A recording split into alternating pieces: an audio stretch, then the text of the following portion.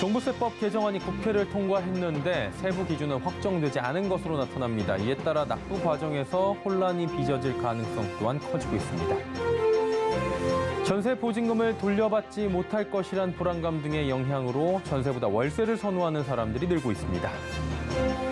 대기업과 중소기업 간 동방성장을 위한 상생특별위원회가 오늘 출범했습니다.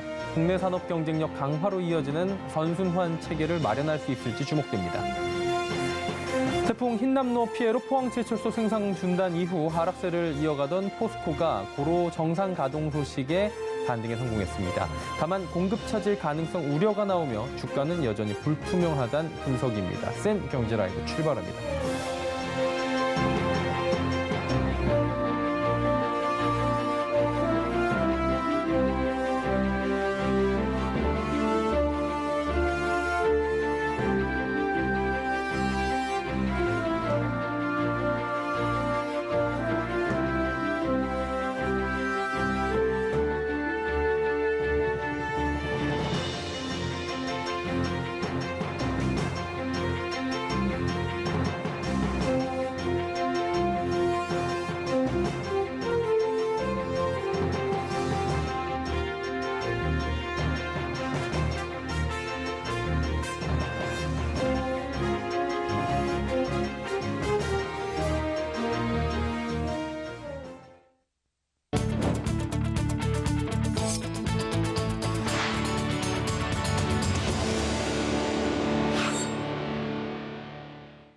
시청자 여러분 안녕하십니까? 센 경제라이브 서정덕입니다.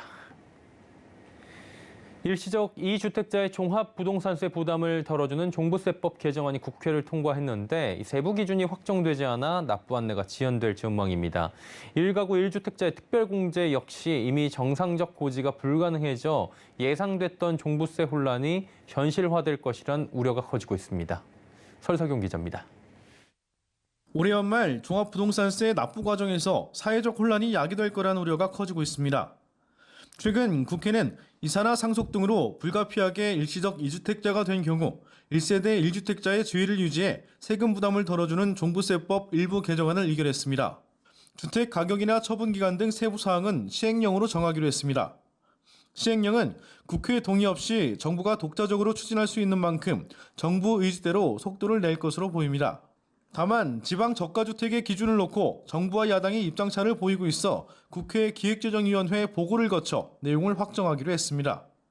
이에 따라 특례 적용을 위한 납세자 안내는 평시보다 일주일 이상 지연되고 있는 상태입니다. 신설 특례의 경우 시행령과 시행규칙 등 세부 집행 기준이 확정돼야 안내문을 발송할 수 있기 때문입니다. 여기에 1세대 1주택자 종부세 특별공제의 경우 이미 정상적인 납부 안내가 불가능하다는 분석이 많습니다. 특별공제 법안은 여야 의견으로 아직 상임위도 통과하지 못했고 법정 특례 신청 기간 전에 합의가 이루어질 가능성도 낮은 상태입니다. 법안이 이달 내 통과되지 못한다면 1세대 1주택 종부세 대상자 21만 4천 명과 부부 공동명의자 13만여 명은 자진신고 과정에서 큰 불편을 겪을 수 있습니다. 만약 다음 달 20일을 넘길 경우 11월 말 발송되는 고지서에 특별공제를 반영할 수 없어 세금 납부와 환급 등 절차상 여러 혼선이 예상됩니다. 서울경제TV 설소경입니다. 최근 집값이 하락세를 보이며 이른바 깡통 전세가 기승을 부리고 있습니다. 집주인이 세입자에게 전세 보증금을 돌려주지 못한 사례가 속출하고 있는 건데요. 보증금 떼일 걱정에 전세 피해를 월세로 떠나는 행렬도 늘어날 것으로 보입니다. 이지영 기자입니다. 전세는 위험하다는 인식이 확산하고 있습니다. 부동산 앱 직방이 지난달 17일에서 31일 앱 이용자 1,306명을 대상으로 모바일 설문조사를 진행한 결과 임대차 계약에서 월세를 선호한다는 응답이 43%에 달했습니다. 2년 전 실시했던 동일한 조사에선 월세를 선호한다는 응답이 21.3%였는데 현재는 2배로 늘어난 겁니다. 금리가 뛰어 전세보증금으로 낼 목돈 마련이 어려워진 데다 깡통 전세를 피해야 한다는 불안감이 월세 선호를 키웠습니다. 월세 선호 이유를 살펴보면 응답자 중 40%가 목돈 부담이 적어서라고 답했고 목돈 떼일 부담이 적다는 이유가 두 번째로 많은 20%를 차지했습니다. 특히 2년 전 조사 결과와 비교해 목돈 떼일 부담이 적어서라는 이유가 약 2배가량 증가해 눈에 띄었습니다. 전세 회피 심리가 월세선으로 이어진 셈입니다. 전세가율이 높아지면서 이제 목돈을 떼일 리스크가 전세보다 월세가 상대적으로 낮은 것도 있고요. 또 월세 이율이 전세 대출금에 대한 이자보다 상대적으로 낮다면 월세를 대안으로 선택하는 이들도 늘고 있기 때문으로 판단됩니다. 실제로 최근 돌려주지 않은 전세금 규모가 급증하고 있습니다. 갭 투자를 한 집주인이 최근 집값과 전세값이 모두 하락하자 기존 전세금 수준으로 세입자를 못 구하는 경우가 적지 않기 때문입니다. 주택도시보증공사에 따르면 지난달 전세보증금 반환보증보험 사고 금액과 건수는 각각 1,089억 원, 511건으로 집계돼 월간 기준으로 역대 최고치를 기록했습니다. 서울경제TV 이지영입니다. 최근 깡통 전세 등 전세 사기가 급증하고 있는 가운데 서울시가 올해 말까지 불법 중개 행위에 대한 집중 수사를 실시한다 밝혔습니다. 특히 시세를 알기 쉬운 신축 빌라가 깡통 전세 위험이 높은 만큼 강서와 금천, 양천, 관악구 등 신축 빌라 밀집 지역을 중심으로 수사를 진행한다는 계획입니다. 주요 수사 대상은 허위 매물 표시 광고, 중개 의뢰인의 판단을 그르치게 하는 거짓 언행, 무자격 무등록 중개 등입니다. 시는 서울시 깡통 전세 예방 서비스 상담 데이터를 활용하고 부동산 카페와 개인 블로그 등을 대상으로 하는 온라인 모니터링과 시민 제보 등을 통해 적극적으로 수사한다는 방침입니다. 대통령 직속 국민통합위원회가 운영하기로 한 상생특별위원회가 출범했습니다. 상생특위를 통해 대중소기업 간 상생에 대한 실질적 정책 대안을 제시하겠다는 보관인데요. 김수빈 기자가 현장에 다녀왔습니다. 대중소기업 간 상생협력 생태계를 조성하기 위해 상생특별위원회가 탄생했습니다. 국민통합위원회는 오늘 중소기업 중앙회에 모여 출범식을 갖고 제1차 회의를 열었습니다. 이는 정부가 지난 5월 중소기업계의 건의를 받아 설치한 것으로 대통령 직속 1호 위원회인 국민통합위원회의 첫 특별위원회가 가동이 되는 겁니다. 대중소기업 간의 상생 협력은 선택이 아닌 필수인 것입니다. 앞으로 집중적이고 압축적인 활동을 통해서 민간의 자율적 참여를 통한 지속 가능한 상생협력 생태계 구축을 적극 지원할 것입니다. 오늘 출범하는 상생특별위원회가 설립 목적에 맞게 대중소기업 간 양극화 해소에 의미 있는 성과를 내주길 기대하며 중소기업도 국민통합과 대한민국 제도화를 위해서 함께 노력하겠습니다. 특위는 한정화 경제계층분과 위원을 포함해 총 10명인의 민간 전문가 중심으로 구성됐습니다. 활동은 주 1회 이상 개최하는 등 올해 연말까지 약 100일여간 압축적으로 운영될 예정입니다. 먼저 특위는 지속가능한 상생협력 생태계 구축과 불합리한 제도 개선 등을 큰 축으로 총 6개의 과제를 우선 논의합니다. 대중소기업 간 혁신 상생 선순환 모델을 도출하고 지속가능한 협력을 추진할 수 있는 사회적 협약을 제안합니다. 또 온라인 플랫폼과 소상공인 간 갈등 해소를 위해 제도적 기반을 마련할 계획입니다. 아울러 납품대금 조정 협의 제도에 대한 실효성을 제고하고 중소기업의 오랜 수건이었던 납품단가 연동제의 조기 장착 등 관련 일련의 제도 활성화에 나섭니다. 공공조달 시장 제값받기, 프랜차이즈 가맹사업 공정성 강화 등을 통해 공정거래를 강화시킨다는 보관입니다. 특위는 민간 주도와 시장 중심이라는 틀 안에서 각 경제 주체들의 자율에 기반한 선순환 상생 모델이 작동될 수 있도록 대안을 제시한다는 방침입니다. 서울경제TV 김수빈입니다. 포스코 포항제철소가 고로 3기와 일부 제강공장 정상 가동으로 철강 반제품 생산을 시작했습니다. 지난 10일 3고로, 12일엔 4고로와 2고로가 순차적으로 정상 가동해 포항제철소 모든 고로가 정상 가동 체제에 돌입한 겁니다. 포스코는 12일 고로에서 생산된 쇳물을 제강 공정에서 처리하기 위한 제강 및 연주 설비 복구에 집중해 제강 공장의 경우 전로 총 7기 중 4기와 연주 총 8기 중 4기를 이날 재가동했습니다. 포스코는 국내 철강 수급 안정화 및 고객사 피해 최소화를 위해 오늘부터 비상 출하 대응반을 가동합니다. 보유 중인 재고의 신속한 출하로 고객사 수급 안정화에 최우선 대응한다는 방침으로 여기에 포스코는 수리 일정 조정 등을 통해 광양제철소를 최대 생산 체제로 전환하고 고객사 긴급재는 광양제철소 전환 생산을 통해 우선 대응한다는 계획입니다. 최정우 포스코 회장은 냉천 범람으로 인한 침수와 복구 과정에서 제철소를 지키고 살리기 위해 보여준 직원들의 헌신적 노력에 깊은 감사를 드린다고 말했습니다. 태풍 흰남노의 침수 피해로 부진한 흐름을 이어가던 포스코홀딩스가 고로 3기 정상 가동 소식에 상승 마감에 성공했습니다. 하지만 기쁨도 잠시 이 증권가에선 포스코홀딩스에 대해 잿빛 전망을 내놓기도 하는데요. 최민정 기자가 전해드립니다. 지난 6일 포스코는 태풍 흰남노로 인한 공장 침수로 제강과 아변 등 전 공정의 생산을 중단한다고 공시했습니다. 이에 포스코그룹 지주사인 포스코홀딩스 주가는 태풍이 지나간 7일과 8일 이거래일 동안 4% 넘게 떨어졌습니다.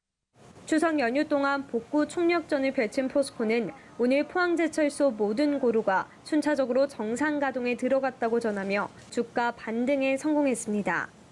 다만 포스코홀딩스를 바라보는 증권가의 전망은 아직 어둡습니다. 태풍 피해가 가장 큰 아변라인 복구 시점이 불투명하기 때문입니다.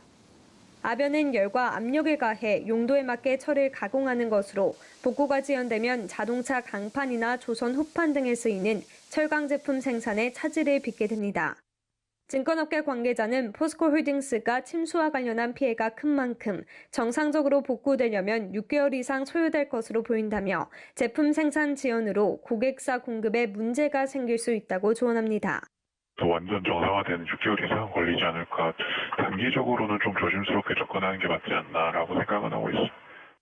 한편 포스코홀딩스의 2차 전지 소재 사업의 성과 가시와 적극적인 주주 환원 의지로 장기적인 투자 관점에선 지금이 저점 매수의 기회라는 전망도 함께 나오고 있습니다. 서울경제TV 최민정입니다. 부동산 경기가 하락하자 분양시장도 깊게 가라앉았습니다. 수도권 중심으로 미분양이 늘어나고 청약통장 가입자도 줄어들고 있습니다. 반면 건설사들의 도시정비 사업은 호황을 맞고 있다고 하는데요. 서청석 기자가 전해드립니다. 올해 건설사들이 핵심 먹거리라고 할 수 있는 도시정비 사업에서 호황을 맞고 있습니다. 현대건설은 사상 처음으로 도시정비 사업 7조 클럽을 달성했고 10대 건설사 2곳을 제외하면 모두 수주액 1조 원을 넘어서면서 분양시장 침체기 속에서도 성장세를 보이고 있습니다. 13일 전자공시 시스템에 따르면 시공능력평가 10대 건설사들의 정비사업 수주액은 올해 들어 지난달까지 24조 4,339억 원을 기록했습니다. 누적 수주액이 가장 많은 곳은 현대건설로 7조 755억 원을 수주했고 이어 GS건설 3조 5,660억 원, 포스코건설 2조 8,228억 원, 대우건설 2조 4,332억 원, 롯데건설 2조 2,200억 원 등 순이었습니다. 도심 공급을 좀 전략적으로 가기 위해서는 수주전에 좀 적극적으로 뛰어들 수밖에 없었다. 기존의 택지들 같은 경우는 분양가 상한제라든지 여러 가지 좀 제약 사항들이 좀 있었었기 때문에 또 민간 공급이나 어떤 경쟁력이나 이런 부분들 따지러 봤을 때는 정비 사업 쪽으로 많이 치중을 할 수밖에 없었다. 그런 이제 시장 상황들도 있다고 봐야 되겠죠. 분양 침체기 속에서 당장 눈앞에 있는 불안정한 환경에 주저하기보단 향후 도시정비 사업 규제 완화 기대가 크기 때문에 중장기적 관점에서 수주 잔고 쌓기에 열중이라는 설명입니다. 건설사들의 수주 호황과 달리 전국적으로 집값 하락세가 유지되면서 최근 미분양 주택이 급격히 늘어났습니다. 국토교통부에 따르면 지난 7월 말 기준 전국 미분양 주택은 총 31,284가구로 전월 대비 12.1% 올랐고 수도권 미분양은 지난해 말 1,509가구에서 7월 4,528가구로 3배 이상 폭증했고 같은 기간 지방 미분양도 16,201가구에서 26,755가구로 10,000가구 이상 늘었습니다. 이를 입증하듯 청약 경쟁률도 감소 추세입니다. 올해 전국 아파트 평균 청약 경쟁률은 10.41대 1로 지난해 19.79대 1과 비교해 큰 폭으로 하락했고 1순위 경쟁률도 지난해 19.32대 1에서 올해 10.06대 1로 떨어졌습니다. 서울경제TV 서청석입니다. 한미약품이 개발한 바이오 신약 롤론티스가 미국 FDA의 시판 허가를 받았습니다. 3조 원대 미국 호중구 감소증 치료제 시장을 공략한다는 방침인데 향후 주가 전망에도 관심이 쏠립니다. 김혜영 기자입니다. 한미약품의 글로벌 1호 신약이 탄생했습니다. 한미약품의 롤론티스가 3수 끝에 미국 FDA 문턱을 넘은 겁니다.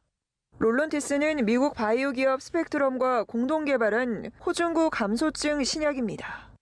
한미약품은 오는 4분기 출시를 시작으로 연 3조 원대 달하는 시장 공략에 나선다는 포부입니다. 판매권은 미국 파트너사가 담당하고 제품은 한미약품의 평택 공장에서 생산됩니다. 증권가 역시 장밋빛 전망을 내놓고 있습니다. 한미약품의 목표 주가를 줄줄이 높여잡고 있는 겁니다. 삼성증권과 현대차증권은 각각 36만 원과 39만 원으로 한미약품의 목표가를 높였습니다. 증권가에서는 첫 상용화 성공을 기점으로 투자 심리 회복이 기대된다는 평가입니다. 현대차증권은 롤론티스의 FDA 승인에 대해 자사가 직접 개발한 기술 플랫폼 랩스커버리의 최초 시판 허가 신약이라는 점이 고무적인 만큼 중장기 성장이 기대된다고 평가했습니다. 키움증권은 FDA 공장 실사 노하우로 후속 파이프라인도 기대된다고 분석했습니다. 특히 오는 11월 포지오티닙 승인이 점쳐진다는 긍정적인 전망도 내놨습니다. 대신증권도 성공적인 FDA 실사 완료는 후속 랩스커버리 파이프라인 개발 시 긍정적이라며 2019년 이후 3년 만에 국내 개발 신약의 FDA 시판 허가 획득에 따라 신약 개발 기업에 대한 투자 심리 회복이 기대된다고 강조했습니다. 서울경제TV 김혜영입니다.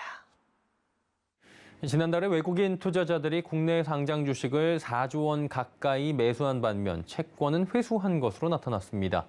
오늘 금융감독원이 발표한 8월 외국인 증권 투자 동향에 따르면 지난달 외국인은 국내 주식 3조 9,480억 원을 순매수했습니다. 시장별로는 유가증권 시장에서 3조 6,780억 원을, 코스닥 시장에선 2,610억 원을 각각 순매수했습니다. 반면 같은 기간 채권 시장에서 외국인이 상장 채권을 순매수한 금액보다 만기 상환한 금액이 커 총 1조 8,520억 원 순회수한 것으로 나타났습니다.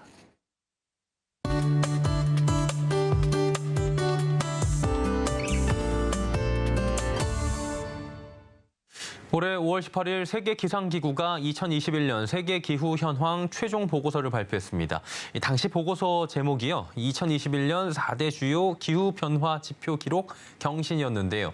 기록적으로 심각하게 변한 기후지표 중에 해양에 관련된 것이 무려 3개로 해양이 극심한 기후변화를 겪고 있다, 이렇게 정리할 수가 있겠죠. 이런 해양을 보호해야 할 인류의 생존을 보장할 수 있다는 회의가 올 6월 27일부터 7월 1일 사이 포르투갈 리스본에서 UN 해양회의가 개최된 바가 있었고요. 자, 이곳에서 논의된 해양 환경 보호와 투자 이야기 오늘 나눠볼 텐데요. 오늘도 K워드 반기성 센터장과 함께합니다. 어서 오세요. 네, 안녕하세요. 네, 반갑습니다. 이번에 주로 다뤄진 내용들은 어떤 것들이에요?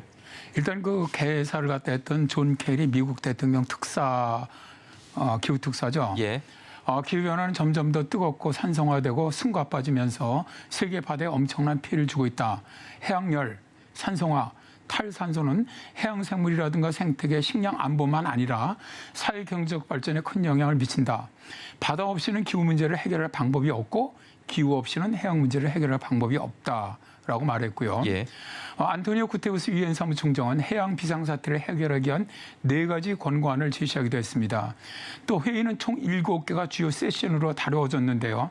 첫째가 해양 오염 문제로 주로 플라스틱 문제가 다뤄졌고요. 둘째가 지구 경제에 기여하는 해양 기반 경제를 강화해야 한다라는 것이었고요. 세 번째가 해양 및 해안 생태계 관리, 보호, 보존 및 복원에 관한 내용이었고요. 네 번째가 해양 산성화의 심각성 혹은 탈탄소화를 해결해야 한다, 이런 것들이었고요. 예. 다섯 번째가 어업을 지속 가능하게 하고 소규모 어업자가 해양 자원과 시장에 접근할 수 있는 방법을 제공해야 한다라는 것이었고요. 여섯 번째죠. 기후 지식의 증가나 해양 기술의 연구 능력 개발의 중요성 및 결과에 대한 이전에 대한 그런 내용들이었고요. 일곱 번째가 유엔 해양법 협약에 반영된 국제법을 시행을 함으로써 해양과 해양 자원의 보존 또 지속 가능한 이용을 증진한다는 것이었습니다. 예. 먼저 해양 오염 문제를 다루는 세션에서는 주로 해양에 버려지고 있는 플라스틱 문제가 다뤄졌고요. 망가지고 있는 해양 및 해안 생태계 관리 및 보호, 그리고 보존이나 복원에 관해서도 논의가 되었습니다. 특히 불법이라든가 비보고 비규제업이 많이 논의가 되었는데요. 비규제업이라는 것은 한 국가의 관할 소역에서 자국 또는 외국 선박이 해당 국가의 허가 없이 조업을 하거나 법규를 위반해서 행하는 어업 활동 또는 관련 국제법의 규정을 위반해서 행하는 어업 활동 등을 말하는데요. 뭐 예를 들어서 우리나라 같은 경우 중국 어선들이 우리나라 구역 안에 들어와 갖고 불법 조업하는 것 이런 것들이 여기에 해당되죠. 예. 각국은 바로 이처럼 불법 어업이 근절돼야 한다라는 걸 역설을 했고요. 미국은 해상 운송의 탈탄소화라든가 공해 보호 구역의 확대를 촉구를 했고요. 영국이라든가 캐나다 등과 함께 불법 어업 규제 행동 동맹 체결을 발표하기도 했습니다. 그리고 캐나다는 개발도상국에서의 불법 어업 문제를 해결하기 위해서 170만 달러를 포함한 20개의 기부금을 발표했고요. 유엔 식량농업기구는 바다와 강, 호수가 책임 있고 지속 가능하며 공평하게 운영되어야만 전 세계를 먹여 살릴 수 있다라고 주장을 했습니다. 글로벌 지속 가능 수산물 이니셔티브는 불법 어업을 해결하기 위해서 항만국 조치협정의 비준을 요구하기도 했는데요. 이 외에도 해양의 보존이라든가 복원 등에 대한 다양한 의견 혹은 또 제안들이 발표가 됐습니다. 예. 이번 그 유엔 해양 회의에서 중요하게 다룬 부분이 지구 경제 기반 해양 기반 경제를 강화해야 한다. 이런 내용이었다고 하던데요. 그렇습니다. 최근에 이제 블루오션이라는 이런 개념이 예. 해양과 연관돼서 이제 많이 사용되고 있죠. 이번 유엔 해양에서 다양한 해양 그 기반 경제에 대한 지원이라든가 혹은 논의 그리고 협약이 있었습니다.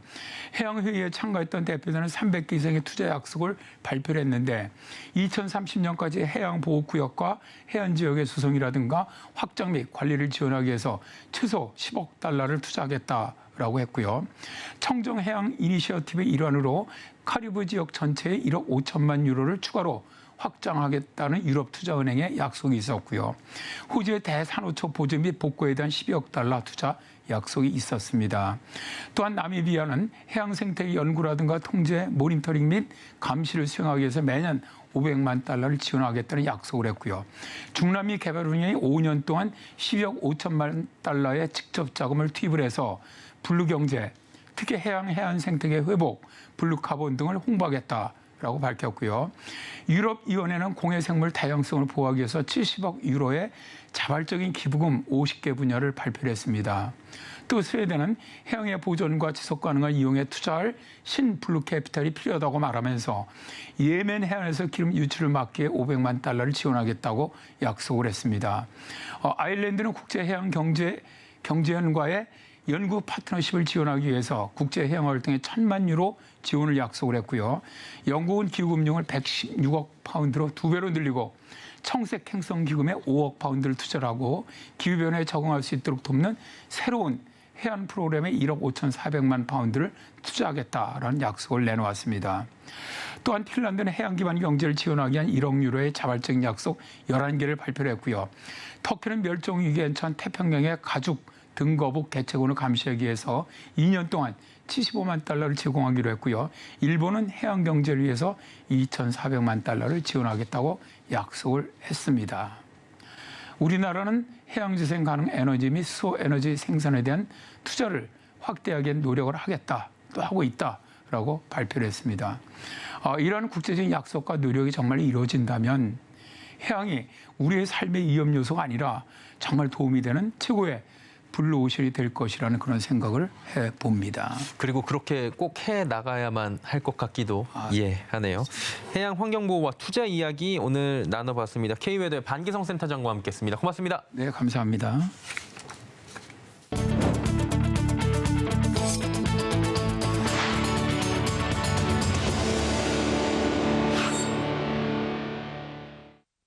생경제라이브 저희가 준비한 소식은 여기까지입니다. 편안한 저녁 시간 보내시길 바랍니다. 고맙습니다.